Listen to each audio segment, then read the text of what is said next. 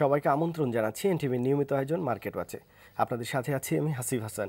দর্শক, আমাদের সাথে স্টুডিওতে উপস্থিত আছেন ডিএসসি সাবেক সভাপতি ও বর্তমান পরিচালক রকিবুর রহমান, আছেন অর্থনীতিবিদ অধ্যাপক ডক্টর রাশেদ আল মাহমুদ তিতুমির, তিনি চেয়ারম্যান গবেষণা প্রতিষ্ঠান উন্নয়ন অন্বেষণ। আপনাদেরকে স্টুডিওতে স্বাগত জানাচ্ছি। রকিব ভাই, আপনি এই প্রোগ্রামের সাথে সরাসরি সম্পৃক্ত। আপনি এই প্রোগ্রামটা আমরা যখন শুরু করি আপনি প্রথম দিন থেকেই আছেন। আপনি অনেক চেষ্টা করেছেন, এখনও চেষ্টা করে যাচ্ছেন বাজারের যে সমস্যাগুলো আছে সেগুলো চিহ্নিত করার, কিন্তু সেগুলো অনেকাংশেই সবাই জানে যে এই সমস্যাগুলো আছে, কিন্তু সমাধান কেন হচ্ছে না। আপনারা দেখা করেছেন অর্থমন্ত্রীর সাথে, অর্থমন্ত্রী অনেক ইতিবাচক কথা বলেছেন। সম্প্রতি আমরা দেখেছি যে প্রধানমন্ত্রী ইতিবাচক কথা বলেছেন।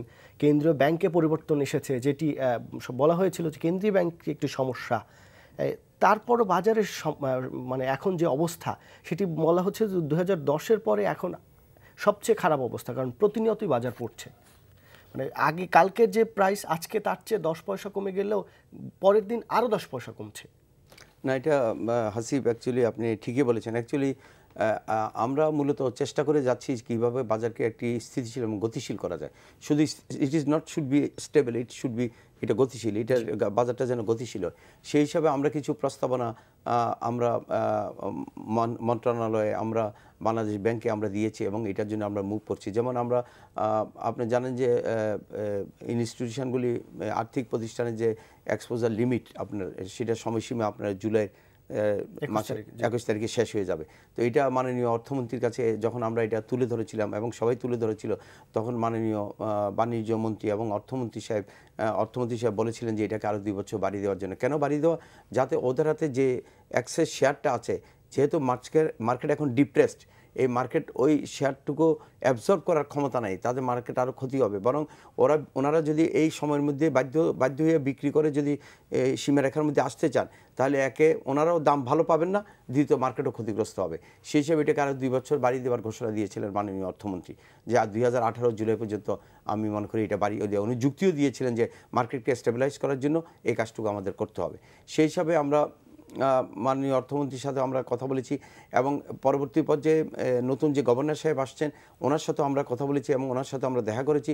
উনি আমাদের ঢাকা স্টক এক্সচেঞ্জ থেকে একটি অ্যাপ্লিকেশনও নিয়েছেন, রিকোয়েস্ট লেটারও নিয়েছেন, কীভাবে এটা বাড়ানো যায়, কী কী যুক্তি দিয়ে, সেটাও আমরা তুলে ধরেছি। যে আইনের পরিবর্তন না করে ব্যাংকিং কোম্পানি আইনে যে ধারা আছে, ওই ধারার যে ক্ষমতা দেওয়া আছে, ওইখানে একটি সংশোধন ক্ষমতা বলেই আপনি ইচ্ছা করলে এটা পরিবর্তন করে সময়সীমা বাড়াতে পারেন। তো বাংলাদেশ ব্যাংক, আমি যতটুকু জানি, এটার উপর ওয়ার্ক করছে এবং আমি মনে করি যে এই কাজটুকু করা উচিত। এই মুহূর্তে খুব ইম্পর্টেন্ট হলো আপনার এই সময়সীমা বাড়ানো দরকার। আর দ্বিতীয় হলো ব্যাংকিং প্রাতিষ্ঠানিক যে ডেফিনেশন আছে, এক্সপোজার লিমিটের মধ্যে যে ডেফিনেশন আছে, সেখানেও আপনি জানেন যে দেখা যাচ্ছে যে অনেক নন ট্রেডেবল আইটেম আছে যেগুলিতে বিনিয়োগ করা যায়, যেগুলি বিনিয়োগ করলে আপনাকে বলা হয় যে পুঁজিবাজারে আপনি বিনিয়োগ করছেন, এটা ধরে নিতে হবে। তাতে করে দেখা যাচ্ছে একে তো আপনার আগে লাইবিলিটিজে 10% ছিল, তখন 1000 কোটি টাকা বিনিয়োগ করতে পারলে ব্যাঙ্কগুলি এখন বিনিয়োগ করতে পারে আপনার পেড আপ ক্যাপিটালের 25%। তো এটা আপনার সীমিত হয়ে গেছে। অতএব আমি মনে করি যে এইরকম কয়েকটি কাজ আছে যে কাজগুলি করলে বাজার তার স্থিতিশীল অবস্থায় ফিরে পাবে বলে আমি বিশ্বাস করি আর কি। এই কাজগুলি করা খুবই প্রয়োজন। আপনার কাছে আসবো। ভাই, আপনি অর্থনীতি বিশ্লেষণ করে থাকেন, পুঁজিবাজার অর্থনীতির একটি পার্ট। তো সেই হিসাবে রকিব ভাই যে কথাগুলো বললেন, গত 6 মাস ধরে এই কথাগুলো সবাই বলছেন এবং প্রতিনিয়তই বলছেন। আমরা সবশেষ দেখেছি বাণিজ্য মন্ত্রী পর্যন্ত অর্থমন্ত্রীকে এই বিষয়গুলো তুলে ধরেছেন এবং অর্থমন্ত্রী যেটা বলেছেন যে এইটি কেন হচ্ছে না, সময়সীমার বিষয়টা। এরপর আরেকটি সমস্যা রয়ে গেছে, সেটি নেগেটিভ ইকুইটির একটি বড় সমস্যা রয়ে গেছে এবং পুঁজিবাজার যারা আছেন তারা বলছেন যে এই সমস্যাটা যেহেতু এখন সামনে চলে আসছে, এটি সমাধান হলে তারা নেগেটিভ ইকুইটি নিয়ে কাজ করবেন। তো এত কথা, একই কথা প্রতিনিয়ত বলা হচ্ছে, তারপরও সমস্যার সমাধান হচ্ছে না কেন? মানে জনাব রকিবুর রহমান তার অভিজ্ঞতা লব্ধ জ্ঞান থেকে বলেছেন, কারণ তিনি বাজারে সক্রিয় অংশগ্রহণকারী। আমি সক্রিয় অংশগ্রহণকারী না, তবে বাজার তো আপনার প্রতি মুহূর্তে কাজ করে, আবার তার একটা প্রবণতা আছে। তা আপনার তাহলে প্রশ্ন করতে হবে যে এইগুলো বলার পরেও এবং কতকগুলো পদ্ধতিগত সংস্কার নেয়ার পরেও কেন আসলে বাজারে তেজিভাব নেই। কারণ আমরা দুটো জিনিস লক্ষ্য করেছি। একটা হচ্ছে যে কতগুলো কেলেঙ্কারিজাত ফলে আস্থাহীনতা, কিন্তু বর্তমানে যদি আপনি কালকের পরিসংখ্যান নেন এবং তার সাথে যদি খেয়াল করেন তাহলে দেখবেন যে গত বছর মার্চ মাসে এরকম পরিস্থিতির সাথে এই রকম নিচু পর্যায়ে গিয়েছিল যদি ঢাকা স্টক এক্সচেঞ্জের পরিসংখ্যান নেন। এবং আপনি প্রথমে উল্লেখ করেছেন যে ক্রমাগত নিচের দিকে যাচ্ছে। সংশোধন একটা জিনিস, আরেকটি হচ্ছে যে নিম্নগামিতা আরেকটি ভিন্ন জিনিস।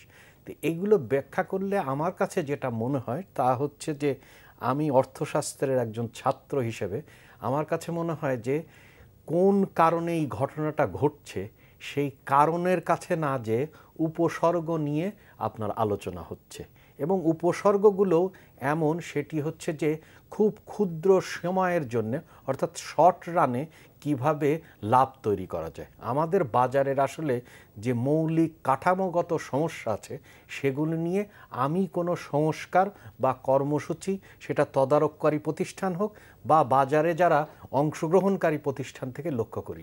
কিন্তু যেমন দায়িত্বরত যারা আছেন তারা তো বলেছেন এবং এটা সংসদেও আলোচনা হয়েছে যে এই পুঁজিবাজারকে এমন কাঠামোগত পরিবর্তন করা হয়েছে এটি এখন আর না। পুঁজিবাজারের কাঠামোগত পরিবর্তনকে যদি আপনি ধরেন যে আপনি আগে একটা সমিতি ছিল, এখন কোম্পানি তৈরি করেছেন, যাকে আপনারা বাংলা করেন না, জনগণও বোঝে না, বলেন ডিমিউচুয়ালাইজেশন, অর্থাৎ সমিতির থেকে আপনি একটা কোম্পানিতে রূপান্তরিত করেছেন। তো এই রকম যেগুলো হচ্ছে উপসর্গগত সেগুলো কাজ করবে না। আমি বলার চেষ্টা করছি যে মৌলিক যেগুলো বাজারের, আসলে এটা বাজার কিনা, আমি অর্থশাস্ত্রের ছাত্র হিসাবে বলবো এটা কোনো বাজার না। কেন বাজার না? প্রথম হচ্ছে যে বাজার থাকতে হলে দাম গঠনের একটা প্রক্রিয়া থাকতে হবে। দাম কি হবে? অর্থাৎ হচ্ছে যে আপনি পুঁজিবাজারে যাবেন, আপনি দেখবেন যে এই কোম্পানির ভবিষ্যতে কি পরিমাণ লাভালাভ অর্থাৎ ডিভিডেন্ড দেবে, তারপরে আপনি বাট্টা করবেন অর্থাৎ ফিউচার ডিসকাউন্টিং করবেন, তারপরে আপনার দাম নির্ধারণ হবে। এই কোনো প্রক্রিয়া এটা করেনি। দ্বিতীয় জিনিস হচ্ছে যে পুঁজিবাজার যদি আপনার কাজ করতে হয় তাহলে কাজ করার ক্ষেত্রে আপনাকে মনে রাখতে হবে যে পুঁজিবাজার একটা বিরাট খুবই সুখকর জায়গা। সুখকর কেন জায়গা? কারণ এটা দুটো জিনিস দেয়। একটা দেয় হচ্ছে যে কোম্পানির ঋণ থেকে মালিকানা দেয়, অর্থাৎ হচ্ছে যে সাধারণ সবাই মালিকানা হতে পারেন। আর দ্বিতীয় দেয় হচ্ছে যে কোম্পানির পুঁজি গঠন করে দেয়, তার মানে হচ্ছে দেশের অর্থনীতি এবং কোম্পানির পুঁজি গঠন করে। কিন্তু লক্ষ্য করেন যে পুঁজিবাজারে যে কোম্পানিগুলো আছে তার যদি স্ট্রাকচার দেখেন, পুঁজিবাজারে তো বাংলাদেশকে রিফ্লেক্ট করতে হবে, অর্থাৎ হচ্ছে বড় কোম্পানি থাকবে, মাঝারি কোম্পানি থাকবে, ছোট কোম্পানি থাকবে। কোথায়? তার মানে হচ্ছে যে সব কোম্পানির পার্টিসিপেশন নেই। এই দায়িত্বটা কার? এই যে আমরা দেখছি যে প্রতিনিয়ত আপনি প্রতি মাসে আইপিও আসছে এবং অনেক কিন্তু আপনি যদি খেয়াল করেন এই আইপিওর, এবং আপনি আরেকটা স্ট্যাটিস্টিক্স যদি নিন, কারণ আমার কাছে তো পরিসংখ্যান নেই, আমি তার বাজারে অংশগ্রহণ করি না, যে বাংলাদেশে যে পুঁজি গঠন হয়েছে কোম্পানিগুলোর, তাহলে দেখবেন যে হচ্ছে যে ৩,০০০ কোটি টাকা হচ্ছে পুঁজিবাজার থেকে নেওয়া হয়েছে, ৬০,০০০ কোটি টাকা নেওয়া হয়েছে ব্যাংক ব্যবস্থা থেকে। তার মানে যেই পরিসংখ্যানই হোক, মূলত হচ্ছে যে আপনার মূলধন তো আসবে পুঁজিবাজার থেকে, আর ব্যাংক থেকে আসবে হচ্ছে যে আপনার ওয়ার্কিং ক্যাপিটাল। মানে একটা কোম্পানির যদি ব্যালেন্স শিট খেয়াল করেন, দুটো বিষয় আছে, একটা হচ্ছে যে তার মানে স্বল্প মেয়াদে যেগুলো মূলধন, আর একটা হচ্ছে মূলধন গঠন করবে। তো মূলধন আসছে না কেন? এবং তৃতীয় হচ্ছে যে বাজার তার মানে দাম ঠিক করছে না। দ্বিতীয় হচ্ছে যে সব কোম্পানির অংশগ্রহণ নাই। তৃতীয় বিষয় হচ্ছে যে আমাদের কাঠামোগত পরিবর্তন, যে কোম্পানি থাকতে হলে এই কোম্পানির কাজ আসবে হচ্ছে এখান থেকে। চতুর্থ জিনিস হচ্ছে যে যারা মার্কেটে কাজ করবে তার একটা ভাগ হতে হবে, যে যাকে বলে, ওনারা আরও ভালো বলতে পারবেন আমার চেয়ে, প্রাতিষ্ঠানিক সদস্য আছে, অপ্রাতিষ্ঠানিক সদস্য আছে, ক্ষুদে বিনিয়োগকারী আছে। এই যে বিনিয়োগকারীদের, এদের মধ্যে আপনার প্রাতিষ্ঠানিক একটা ব্যাপার আছে, যেমন আমাদের প্রাতিষ্ঠানিক কোনো সুযোগই নেই। যেমন পৃথিবীর বড় বাজারগুলো যদি দেখেন, পেনশন ফান্ড হচ্ছে একটা বড় জিনিস। আমরা তো মনেই করি না বাংলাদেশের মানুষের মানুষ, কারণ বয়স্ক মানুষ হয়ে যাচ্ছে, কোনো পেনশনের ব্যবস্থা নেই। তো এইভাবে তো আপনি একটা যখন যা ঘটবে অ্যাডহক ভিত্তিতে আপনি একটা করবেন, তাহলে আপনার পেনশন ফান্ড থাকলে কি হতো দেখেন কোম্পানির ক্ষেত্রে, তার মানে আপনি লং টার্মে যাচ্ছেন, যার ফলে অন্যদিকে সুদও কিন্তু কমে যেত ব্যাংকের ব্যবস্থা থেকে। কারণ হচ্ছে যে আপনার পুঁজি সংগঠনের ব্যবস্থা আছে। তা আপনি মৌলিক বিষয় না করে যখন অ্যাডহক আসছে, মানুষ যখন মানে বিভিন্নভাবে লুণ্ঠিত হচ্ছে, তখন তো এটা করলে হবে না। তারপরে আপনি আসেন, সেটা হচ্ছে যে পুঁজিবাজারের যে ভারসাম্যহীনতা, অর্থাৎ হচ্ছে যে কত শতাংশ মানুষ, কত শতাংশ বাজার প্রক্রিয়াজাত কারণের সাথে জড়িত। তাহলে হচ্ছে কি অলিগোপলি, অর্থাৎ হচ্ছে যে কতকগুলোর যোগসাজশ করা যেতে পারে। তারপরে আপনারাই খবর দেন যে বিভিন্ন কোম্পানিগুলো কিভাবে ইনসাইডার ট্রেডিং করছে। বড় বড় নাম করা, যাদেরকে আমরা সমাজে শ্রদ্ধা করি, তারাও কিন্তু এই সমস্ত বোর্ডের এই জায়গায় আসবো। আমার মনে হয় রকিব ভাই কিছু বলতে চান আপনার কথার উপরে, যদি তিতুমির ভাই যে বিষয়গুলো বললেন। না, তিতুমির ভাই যে কিছু, উনি তো যে কথাগুলি বললেন সেটা হলো অ্যাকচুয়ালি যে পুঁজি কোত্থেকে সংগ্রহ করবে। অ্যাকচুয়ালি ব্যাংকিং ব্যবস্থা থেকে লং টাইম পুঁজিতে সংগ্রহ করা, পৃথিবীর যে ডেভেলপড কান্ট্রি, যে দেশেই আপনি যান না কেন, এটা আপনি আমেরিকাতে যান, এটা আপনার ইউরোপে যান, এটা আপনার সাউথ ইস্ট এশিয়াতে যান, এটা ভারতে যান, এটা চায়নাতে যান, এটা আপনার মালয়েশিয়াতে যান, ব্যাংকক যান, হংকং যান, প্রত্যেক দেশে পুঁজি সংগ্রহ করা হলো জনগণ থেকে, পুঁজি সংগ্রহ করা হলো ক্যাপিটাল মার্কেট থেকে। কারণ ক্যাপিটাল মার্কেট থেকে পুঁজি সংগ্রহ করেই আপনার কর্মসংস্থান এবং ইন্ডাস্ট্রিয়ালাইজেশন করা হয়। এখানেই আপনার কস্ট অফ ফান্ডিং অনেক কম, এবং এখানে একটা জবাবদিহিতার ব্যাপার আছে। কারণ একটি কোম্পানি যখন পুঁজিবাজারে যখন লিস্টেড হয়, তখন তাকে অনেক জবাবদিহিতা করতে হয়। তার বিশেষ করে তার বুকস অফ অ্যাকাউন্ট, তার অডিট, তার ব্যালেন্স শিট, প্রত্যেকটা একটি ইন্টারন্যাশনাল স্ট্যান্ডার্ডে আসতে হয়। এখন আপনি জানেন যে আমাদের ফাইন্যান্সিয়াল রিপোর্টিং অ্যাক্ট পাস হয়েছে, এবং এটা কদিন পর ফাইন্যান্সিয়াল রিপোর্টিং কাউন্সিল পর্যন্ত গঠন করা হবে, যেখানে এই অডিটারদের একটা সবারই, যারা পুঁজিবাজারে জড়িত, যারা কোম্পানি নিয়ে আসবে এবং কোম্পানির সম্পৃক্ততা থাকবে এবং কোম্পানির ব্যালেন্স শিটে সিগনেচার করবে, তাদের প্রত্যেকেরই একটা জবাবদিহিতা থাকতে হবে। এবং এই জন্যই পুঁজিবাজারে শেয়ার যে সকল কোম্পানি থাকে তাদের জবাবদিহিতা অনেক বেশি থাকে, এবং সেখান থেকে আমাদের ট্যাক্সের আয় অনেক বেশি হয়। তো সেই জন্য আমি যেটা বিশ্বাস করি যে আমাদের দেশে যদি আপনার আজকে যে গ্রোথের কথা বলতে, জিডিপির কথা বলা হচ্ছে, যে আমরা ইনশাআল্লাহ আমরা 7 ক্রস করেছি, 7.05 সামথিং আমরা ক্রস করেছি, এবং আমরা সবসময় 6-এর মধ্যে ছিলাম, 5.6-এর নিচে কোনো সময় নামি নেই। এই যে একটা অবস্থা, এই অবস্থা থেকে এখন আরও যদি আপনি বাড়তে চান, আপনি যদি দারিদ্র্য সম্পূর্ণ বিমোচন করতে চান, বাংলাদেশকে যদি একটি উন্নয়নশীল দেশে পরিণত করতে চান, একটি উন্নতশীল দেশে পরিণত করতে চান, তাহলে আপনাকে অনেক বেশি ইন্ডাস্ট্রিয়ালাইজেশনে যেতে হবে, অনেক বেশি কর্মসংস্থান সৃষ্টি করতে হবে, এবং অনেক বেশি আপনাকে এগোতে হবে। তো সেই জন্য আপনার পুঁজিবাজারে কোনো বিকল্প নাই।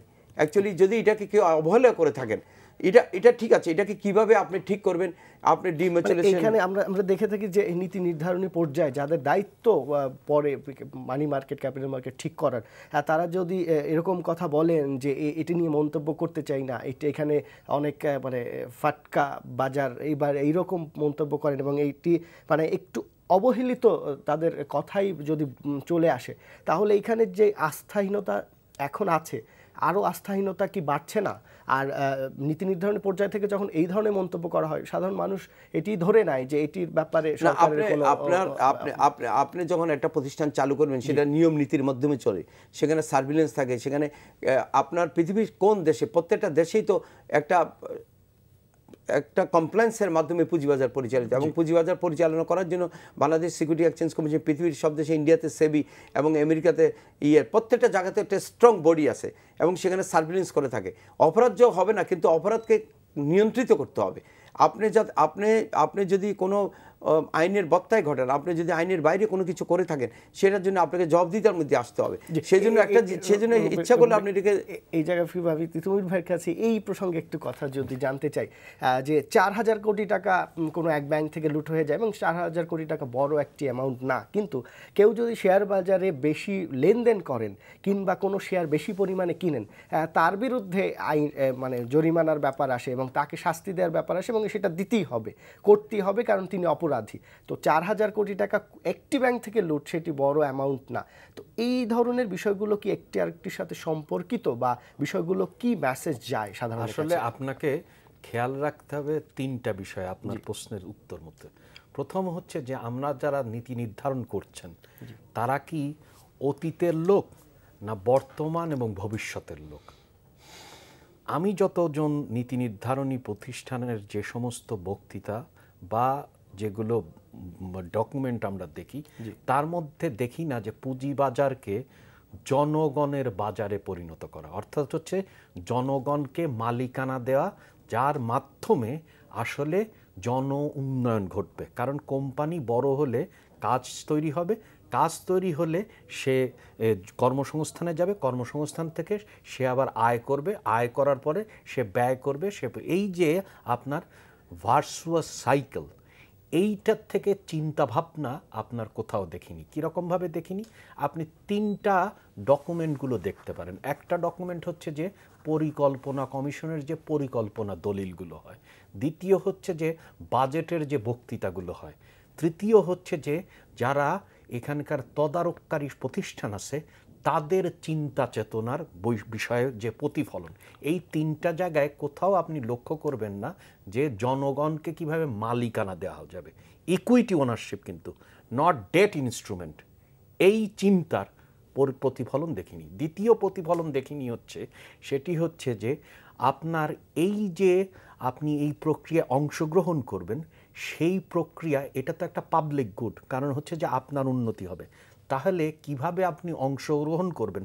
আপনি যদি স্বাস্থ্য শিক্ষা একটা পাবলিক গুড হয় এবং সেটা দেওয়ার জন্য যদি রাষ্ট্রের কর্তব্য থাকে, তেমনি আসলে কিভাবে পুঁজি গঠন হবে সেই ক্ষেত্রে কি ধরনের সরকারি ভূমিকা, অর্থাৎ যে সিটিজেন অ্যাডভাইজারি ব্যুরো, যে কিভাবে আপনি অন্তর্ভুক্তিমূলক অর্থনৈতিক ব্যবস্থা গড়ে তুলবেন, সেটারও কোনো উদ্যোগ দেখিনি এ পর্যন্ত।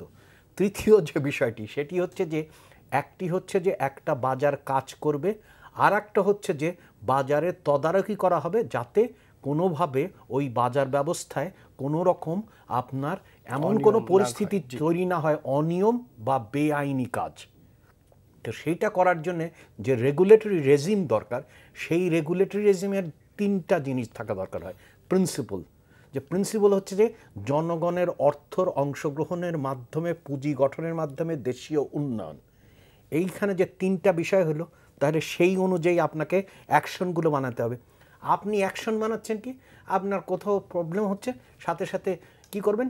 এই বিশ্ব ব্যাংকের কোনো জায়গায় যাও বা এশীয় উন্নয়ন ব্যাংকের জায়গায় যাও, সেখানে একটা 3য় শ্রেণীর লোক আসবে, এসে আপনাকে বানিয়ে দিয়ে যাবে। কিন্তু রাষ্ট্রর যে কথা, জনগণের অংশগ্রহণের মাধ্যমে, পুঁজি গঠনের মাধ্যমে, শিল্পায়নের মাধ্যমে মানুষের উন্নয়ন, তার মানে এই যে বিষয়টা, এই বিষয়টা আপনি কোথাও রিফ্লেক্ট করবেন না। অর্থাৎ হচ্ছে কীভাবে লোকজন পুঁজিবাজারে পার্টিসিপেট করবে, কোম্পানিগুলো আসবে এবং কোম্পানিগুলো কাজ করবে, যার ফলে ডিভিডেন্ড দিতে পারবে এবং মালিকানা হবে। তার মানে এইখানে রেগুলেটরি যে প্রিন্সিপালের বড় প্রবলেম আছে। তারপরে হচ্ছে রেগুলেটরি ইমপ্লিমেন্টেশনে কেন এটা হয়? কারণ হচ্ছে যে বাজারের স্বাভাবিক প্রক্রিয়ায় সবসময় ক্যাপচার করার প্রবণতা থাকে, তাই না? সেই জন্য আমরা পঞ্জি স্কিম দেখি, সেখানে অনেক লোকের যায়, এনরন দেখি। এটা কিন্তু এই দেশের না, এটা সারা পৃথিবীরই একটা বিষয়। সেটি হচ্ছে যে অর্থ এমন একটা জিনিস যার সাথে সাথে আপনার কিভাবে দখল করা যায়, আয় না করা যায়, এটা একটা স্বাভাবিক প্রবণতা। তার মানে হচ্ছে যে আপনাকে কতগুলো গেট কিপার তৈরি করতে হবে। এই গেট কিপার তৈরি করতে হলে আগের থেকেই আপনার পূর্বাভাস আনতে হবে, আর্লি ওয়ার্নিং সিস্টেম, যাতে আপনি ধরতে পারেন, ধরার আগেই সাথে সাথে অ্যাকশন। এখন রোগী মারা যাওয়ার পরে যদি আপনি ডাক্তার আনেন, যেটা বাংলাদেশের ক্ষেত্রে হয়েছে।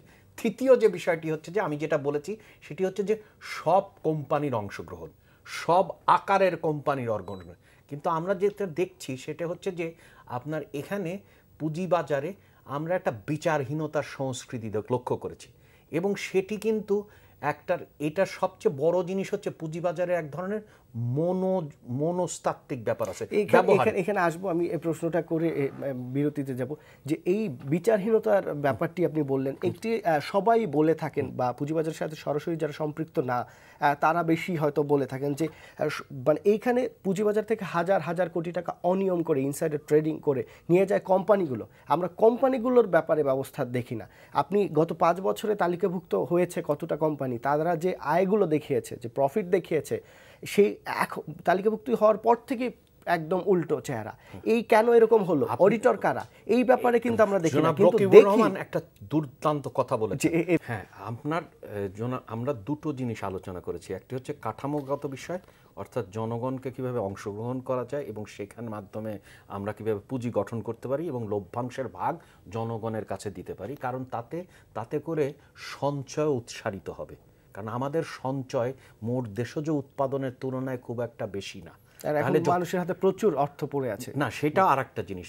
দ্বিতীয় হচ্ছে যে সঞ্চয় থেকে বিনিয়োগের প্রক্রিয়া বাড়বে, কারণ আমরা দেখছি যে ব্যক্তিখাতের সঞ্চয়, ব্যক্তিখাতের বিনিয়োগ আগের বছরের তুলনায়, যেটা সরকার বর্তমানে প্রাক্কলন হিসেবে দাবি করেছে, যা নিয়ে অনেক রকমের অর্থশাস্ত্রবিদ বা অর্থনীতিবিদদের প্রশ্ন আছে, সেটাও কম, কারণ সরকারি হিসেব অনুযায়ী কম। তাহলে ব্যক্তিখাতের বিনিয়োগও বাড়াতে গেলেও আপনার পুঁজি দরকার, তাহলে হচ্ছে যে আমাদের ওইটা দিতে হবে। দ্বিতীয় বিষয় যেটা উনি খুব উল্লেখ করেছেন চমৎকারভাবে, সেটি হচ্ছে যে একমাত্র পুঁজিবাজারের যে সমস্ত কোম্পানি থাকে, বাংলাদেশের যে সামন্ততান্ত্রিক কোম্পানি ব্যবস্থা, তার বাইরে যে একটা আধুনিক কোম্পানি ব্যবস্থা গঠনের কিন্তু একটা মাধ্যম হচ্ছে পুঁজিবাজারের রেজিস্ট্রেশন, নিবন্ধীকরণ। তার মাধ্যমে কি পাবেন? আপনি কোম্পানির হাল পাচ্ছেন এক একটা কোয়ার্টারে। দ্বিতীয় হচ্ছে যে অডিটেড অ্যাকাউন্টস করা হচ্ছে। তৃতীয় হচ্ছে যে উনি বললেন যে ফাইন্যান্সিয়াল রিপোর্টিং অথরিটি যদি আসে বা কমিশন আসে, তাহলে আপনার এক ধরনের জবাবদিহিতা করবেন। তার মানে হচ্ছে যে আপনার বাংলাদেশে যে সমস্ত বলা হয়, যে সমস্ত আনরেগুলেটেড বা আনডকুমেন্টেড, যেটা সাদা মাথায় বলা হয় কালো টাকা, সেখান থেকে কিন্তু অন্য জায়গায় যাবে, অর্থাৎ প্রদর্শিত হবে। আপনারা ট্যাক্সও পারবেন, কারণ প্রদর্শনযোগ্য হবে। তো এই যে মাথায় নাই, এইগুলো যদি আপনি না করেন তাহলে হবে না। এটার দায়ী আমরা মানে যারা আমরা বিশ্ববিদ্যালয়ে পড়াশুনো করাই। আপনার এই দায়ী জায়গাতে ফিরবো, রকিব ভাইয়ের কাছে যদি আসে, যে এই সমস্যাগুলো তিতুমির ভাই যে কথাগুলো বললেন, আপনিও হয়তো একমত হবেন যে এই বিষয়গুলো এখন যারা নীতি নির্ধারণের পর্যায়ে আছে তারা কি আসলে বুঝতে পারছে না, নাকি এটি আসলে একটু বাইরেই রাখতে চাচ্ছে বিষয়টা? না, এটা অ্যাকচুয়ালি এটা বাইরে রাখার কোনো সুযোগ নেই। আপনার এটা বাইরে রাখার কোনো সুযোগ নেই। আমি যেটা স্পষ্টভাবে আমি বুঝি যে বাংলাদেশের উন্নয়ন যদি বাড়াতে চান, বাংলাদেশের যদি জিডিপি গ্রোথ যদি আমরা বাড়াতে চাই, আমরা যদি বাংলাদেশকে যদি কর্মসংস্থানে পরিপূর্ণ করতে চাই, আমরা তাহলে আমাদেরকে ইন্ডাস্ট্রিয়ালাইজেশন করতে হবে। রকিব ভাই, এই পুঁজিবাজার কি এখন স্থিতিশীল কিনা? আপনি দেখেছেন যে সবাই বলে থাকেন, মানে যাদের দায়িত্ব এই বাজারকে স্বাভাবিক করার, তারা বলে থাকেন যে এটি স্থিতিশীল আছে নিম্ন পর্যায়ে, এখন ভাঙচুর হচ্ছে না বা সেটা কোনো ব্যাপার না। এই ধরনের কোনো স্থিতিশীল না। এটা স্থিতিশীল হতে পারে নিম্ন পর্যায়ে, বাট এটা গতিশীল না। একটা পুঁজিবাজার পৃথিবীর সবচেয়ে গতিশীল হতে হবে, একটা পুঁজিবাজারে পার্টিসিপেশন থাকতে হবে। আর আমি যে কথাটা বলছি, অ্যাকচুয়ালি পুঁজিবাজারকে যদি স্থিতিশীল করতে হয়, তাহলে এখানে ইনস্টিটিউশনাল ইনভেস্টমেন্ট, এখানে মিউচুয়াল ফান্ডের ভূমিকা, এখানে পোর্টফোলিওর ভূমিকা, এখানে বড় বড় বিনিয়োগকারীর ভূমিকা অনেক বেশি থাকতে হবে সাধারণ বিনিয়োগকারীর চেয়ে, কারণ তারাই পুঁজিবাজারকে স্টেবিলাইজ করে। পৃথিবীর সব দেশে কিন্তু এরাই পুঁজিবাজারকে নিয়ন্ত্রণ করে থাকে। পুঁজিবাজারে তাদের পার্টিসিপেশন অনেক বেশি থাকার কারণে পুঁজিবাজার স্থিতির সাথে। আর রিটেলাররা পৃথিবীর অনেক দেশে কম থাকে, কারণ তারা বিভিন্ন মাধ্যমে, অর্গানাইজেশনের মাধ্যমে তারা তাদের পুঁজি বিনিয়োগ করে থাকে। তাদের টাকাটা তারা ওদের মাধ্যমে করে, সেখানে তারাই দেখভাল করে। কিন্তু আমাদের এখানে সঠিকভাবে সব কাজটা যেমন করছে, এখন যেটা দেখা যায় যে ইনস্টিটিউশন ঠিকমতো তার কাজটা করছে না, আর্থিক প্রতিষ্ঠানগুলি ঠিকমতো পার্টিসিপেশন করছে না, তারাও ডে ট্রেডিংয়ের মতো করছে। হয়তো একটা শেয়ার কিনছে, 1 টাকা 2 টাকা বাড়ছে, আবার বিক্রি করে দিচ্ছে, আবার কমলে আবার কিনছে। তাতে করে পুঁজিবাজার আর যাই হোক অন্ত গতিশীল হবে না। এবং পুঁজিবাজার যদি গতিশীল না হয়, তাহলে পুঁজিবাজারে যে ভালো ভালো কোম্পানি আছে সেগুলি আসার কোনো লক্ষ্য বা প্রবণতা দেখা যাবে না। এখানে বললেন যে আর্থিক প্রতিষ্ঠানগুলো বা ইনস্টিটিউশনগুলো ডে ট্রেডারের ভূমিকা পালন করছে। আপনি যদি 2010-এ দেখেন যে তালিকাভুক্ত যেসব কোম্পানিগুলো ছিল, তাদের পেইড আপ ছিল 23,000 কোটি টাকা, আর এখন সেটা হয়ে গেছে 69,000 কোটি টাকা পরিশোধিত মূলধন, তার মানে প্রায় 3 গুণ। জি। তো এই অবস্থায় ডিমান্ড কমে গেছে কি পরিমাণে? ব্যাংকগুলোর যে ইনভেস্টমেন্ট সে সময় 66,000 কোটি টাকার মতো করতে পারতো, সেটা এখন কততে নেমে আছে? অনেক 10,000 কোটি টাকার। আবার অনেকে তো এক্সপোজার লিমিট বেশি হওয়ার কারণে বিনিয়োগ করতেও পারছে না। অন্যদিকে 2010-এ যত বিনিয়োগকারী এসেছিলেন তারাও কিন্তু অনেকেই চলে গেছেন বা নেগেটিভ ইকুইটির কারণে ওগুলো লেনদেন হচ্ছে না। তাহলে সাপ্লাই 3 গুণ বেড়েছে, ডিমান্ড কমে গেছে। তো সেক্ষেত্রে আর্থিক প্রতিষ্ঠানগুলো বা ইনস্টিটিউশনগুলো তাদের যে এক্সপেন্স মান্থলি, সেটি মেটানোর জন্য তো ডে ট্রেডিং করবি না। আমার মনে হয় এটা থেকে বেরিয়ে আসতে হবে। আলটিমেটলি বাজারকে যদি স্থিতিশীল এবং গতিশীল করতে হয়, বাজারে যদি এখন একজন বিনিয়োগকারী একটা ভালো শেয়ার আজকে কিনলো, দেখা গেছে তারপর দিন শেয়ারটা কমে যায়, যখনই কিনে তারপর দিন কমে, সরবরাহ বেশি, সাপ্লাই বেশি হয়ে গেছে, ডিমান্ড কমে গেছে। তো এই জন্য এটা আজকে আপনি বলছেন যেটা ভালো কোম্পানি, কালকে আরেকটা কোম্পানি ওরকমই আসছে, এখন কোনটা ভালো? তারপরে নেক্সট উইকে বাজার পড়ছে, আরেকটা কোম্পানি আসছে, আবার আইপিওর টাকা তুলে নিয়ে যাচ্ছে। যে আমি যে কথাটা বলার চেষ্টা করছি সেটা হলো যে অ্যাকচুয়ালি যার অবস্থান থেকে পুঁজিবাজার তার ভূমিকা স্ট্রং করতে হবে।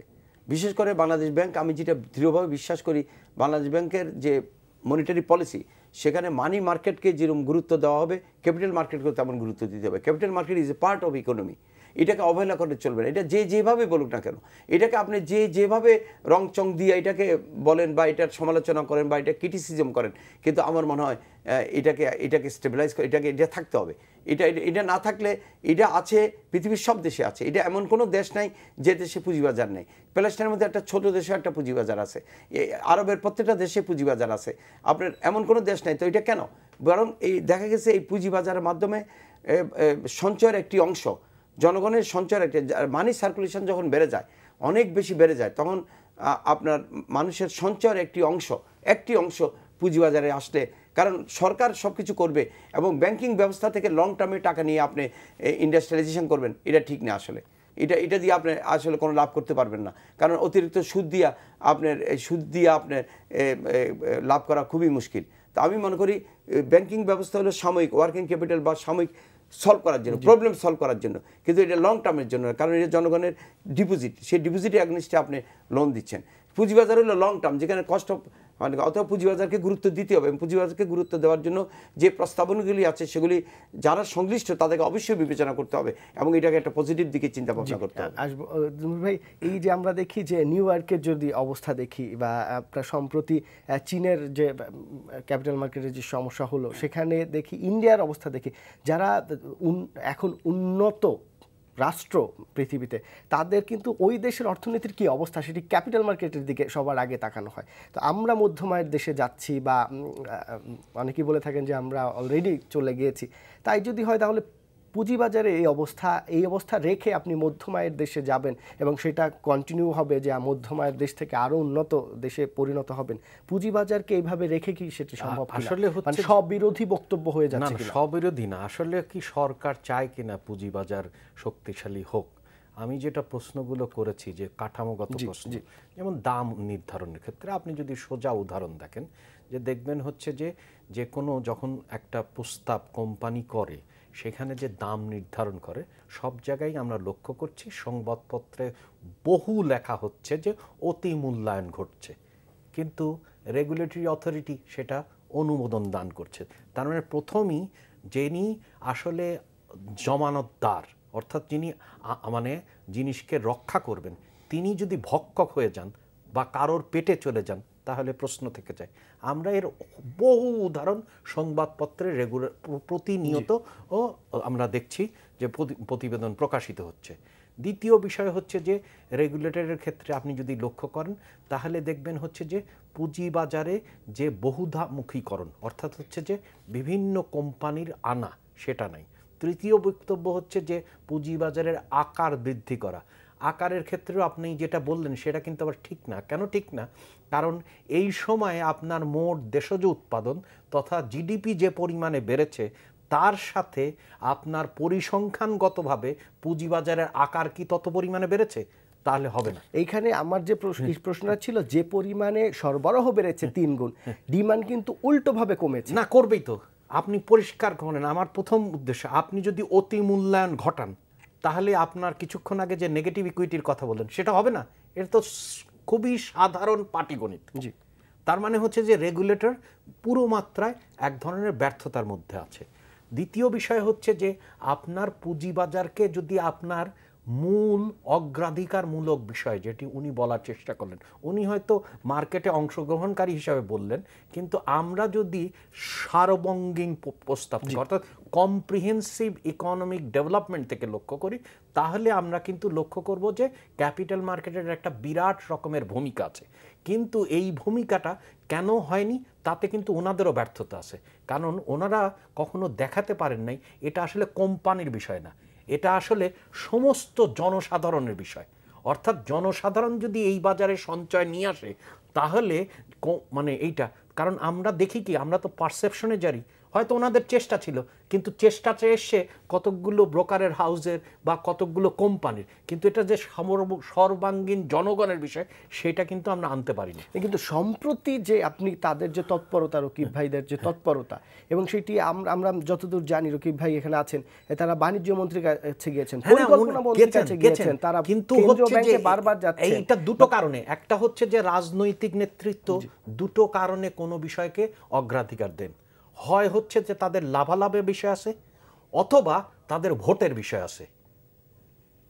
তার মানে ভোটের বিষয় যদি আপনি সোজা পথে যান, তাহলে বোঝানোর দরকার যে আসলে পুঁজিবাজারের যদি আপনার আকার বাড়ে, পুঁজিবাজারে যদি অংশগ্রহণ বাড়ে, তাহলে আসলে পুঁজি গঠন হবে, এবং পুঁজি গঠন না হলে তো কর্মসংস্থান হবে না। কারণ আমরা লক্ষ্য করছি কি, কর্মসংস্থান বিশেষ করে যুবক, দেখেন খুবই ডেঞ্জারাস বিষয় বাংলাদেশের আমরা এখন বর্তমানে আছি, সেটি হচ্ছে যে আমাদের মতো দেশে বেকারত্ব এত বাড়ার কথা না। আমরা মাত্র 2 লক্ষ লোককে আপনার জায়গা দিতে পারছি, যেখানে 30 লক্ষ লোকের জায়গা দেওয়া দরকার, এবং তার মধ্যে আবার কি শিক্ষিত বেকারত্ব বেশি। তার চেয়ে ভয়ঙ্কর বিষয় হচ্ছে যে আপনার আনুষ্ঠানিক খাতে যে কর্মসংস্থান হচ্ছে তা কমে যাচ্ছে, অধিকাংশ হচ্ছে অনানুষ্ঠানিক খাতে। তার মানে সেখানে আপনার কোনো রকমের শ্রমগত অধিকার নাই, এই রকম একটা পর্যায়ে আছে। দ্বিতীয় বিষয় আমরা তাও লক্ষ্য করছি না, সেটি হচ্ছে যে দারিদ্র কমার হার কিন্তু কমে গেছে। হ্যাঁ, দারিদ্র কমছে, কিন্তু সাম্প্রতিককালে, তার মানে একদিকে বেকারত্ব বাড়ছে, দারিদ্র কমার হার কমে যাচ্ছে। 3 নম্বর হচ্ছে ব্যক্তি খাতের বিনিয়োগ আগের সময়ের থেকে কমে যাচ্ছে। এই রকম একটা পরিস্থিতিতে আপনার হচ্ছে যে পুঁজি সংগঠন করতে হবে। তার মানে এটার আর একটা অর্থনৈতিক বিষয় আছে, সেটি হচ্ছে যে এটার একটা রাজনৈতিক নির্দেশনা লাগবে। অর্থাৎ হচ্ছে যে মানুষ যাতে ইকোনমিক অ্যাক্টিভিটি করেন, কারণ আমাদের যে পরিসংখ্যানগুলো বলছে তাতে কিন্তু অর্থনৈতিক কর্মকাণ্ড বাড়ছে না, যার ফলে অন্য জায়গায় আমরা সেটা লক্ষ্য করছি যে রাজস্ব আদায়ের যে লক্ষ্যমাত্রা ধার্য করা হয়েছে সেই লক্ষ্যমাত্রা অর্জন হচ্ছে না। তার মানে হচ্ছে যে ওনাদের আরও কর্তব্য বেড়ে গেছে যে কিভাবে প্রমাণ করা যে এটা আসলে পুঁজিবাজারের এর বৃদ্ধি করা বা পুঁজিবাজারের এর আপনার স্থিতিশীল কথাটা আমি কোনোমতেই ঠিক করি না। কবরেও এক ধরনের নীরবতা থাকে, এক ধরনের স্থিতিশীল। আর আমরা অনেক সময় আমার ভুল কথাও ব্যবহার করি, যেমন অনেক সময় বলি কি মূল্যস্ফীতি কমে গেছে, মূল্যস্ফীতি তো কমে না। ভাই তিতুমীর ভাই যে কথাগুলো বললেন যথেষ্ট যৌক্তিক কথা, যে এই বাজার যে দেশের অর্থনৈতিক উন্নয়নে কাজে লাগছে, এইটি যে বেকারত্ব দূর করবে, কোম্পানি নতুন নতুন কোম্পানি গঠন হবে, এই সেটি বোঝানোর দায়িত্ব আপনাদের। এবং আপনারা যারা আছেন মার্চেন্ট ব্যাংকার্স অ্যাসোসিয়েশন, আপনারা যেহেতু এখন ডিমিউচুয়ালাইজড স্টক এক্সচেঞ্জ, এখন আপনি বোর্ডে আছেন, এই 2 stock exchange, BSSC, merchant bankers association, brokers association, এদের সবাইকে যদি একসাথে আপনারা মিলে কাজ করেন, আপনারা সরকারের সর্বোচ্চ পর্যায়ে যদি পৌঁছাতে পারেন সবাই মিলে এবং বোঝাতে পারেন, তাহলে এই সমস্যা সমাধান করা সম্ভব। মাননীয় প্রধানমন্ত্রী আজ থেকে 3-4 মাস আগে আপনি তো জানেনই যে একটি সেবি এবং স্যাকের একটি অনুষ্ঠানে বলেছিলেন যে আমাদেরকে যদি ইনফ্রাস্ট্রাকচার, আমি যদি উন্নয়নের উন্নত শিখরে পৌঁছতে চাই, দেশকে যদি উন্নয়নের উন্নত শিখরে নিতে চাই, তাহলে আমার ইনফ্রাস্ট্রাকচার, আমার জ্বালানি খাত, আমার বিদ্যুৎ খাত, প্রত্যেক খাতে আমাকে বিপুল বিনিয়োগের প্রয়োজন। তো সেই বিপুল বিনিয়োগটা কোত্থেকে আসবে?